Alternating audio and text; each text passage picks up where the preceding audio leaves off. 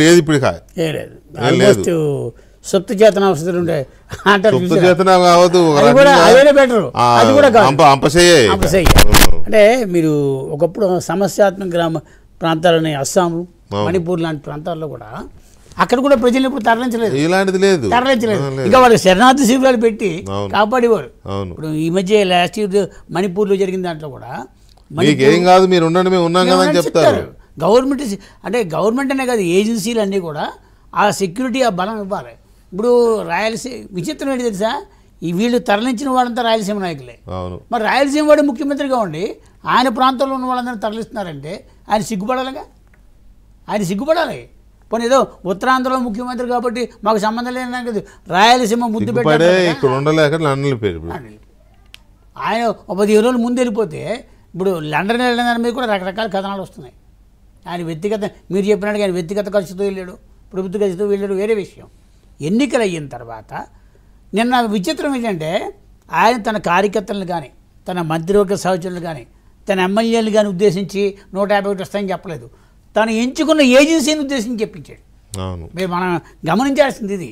పోనీ రాష్ట్ర ప్రజలను ఉద్దేశించి అయ్యా మీరు నాకు 151 ఇస్తున్నారు, నేను 15 రోజులు రెస్ట్ తీసుకొస్తాను అనలేదు. ఈ రెస్ట్ పెర్మనెంట్ రెస్టా టెంపరీ రెస్ట్ అనేది చేస్తారు. యాక్చువల్గా ఐపాక్ దగ్గరికి వెళ్తే ఐపాక్ వాళ్ళు చెప్పాలి సార్ మీకు ఇన్ని సీట్లు వస్తాయి, ఈయన చెప్పాడు థ్యాంక్స్ చెప్పాడు. ఎన్ని సీట్లు వస్తున్నాయి? ఏ క్యాబినెట్లో 26 మంది మంత్రులు ఉన్నారు, చివరి క్యాబినెట్ మినిస్టర్ అందుబాటులో ఉన్న మంత్రులు పిలిచి అయ్యా మనం 151 వస్తున్నాం అని చెప్పలేదు. పార్టీ రాష్ట్ర కార్యాలయానికి వచ్చి మన రాష్ట్ర కార్యవర్గం అంతా కూర్చోండి అని చెప్పలేదు. పాపం ఆయనకున్న బొత్స సత్యనారాయణ గారి ఫేస్ చూడాలి. ఆయన ఇవాళ ఒక మాట చెప్పాడు, మీరు బొత్స సత్యనారాయణ గారిని అభినందించారు. ఇవాళ ఆయన ఒక మాట చెప్పాడు, 9వ తారీఖున ప్రమాణ స్వీకారం వచ్చిన టెంటేటివ్గా ఊహిస్తున్నాం అన్నాడు, ఆశిస్తున్నాం అన్నాడు, కోరుకుంటున్నాం అన్నాడు.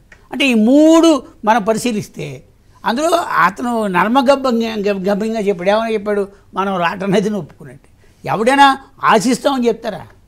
ఖచ్చితంగా 151 మా ముఖ్యమంత్రి చెప్పాడు, విశాఖపట్నం ఇంజనీరింగ్ కాలేజీలో బీచ్ రోడ్లో మేము ప్రమాణ స్వీకారం చేస్తామని చెప్పడానికి ఎంత ధైర్యం ఉండాలా?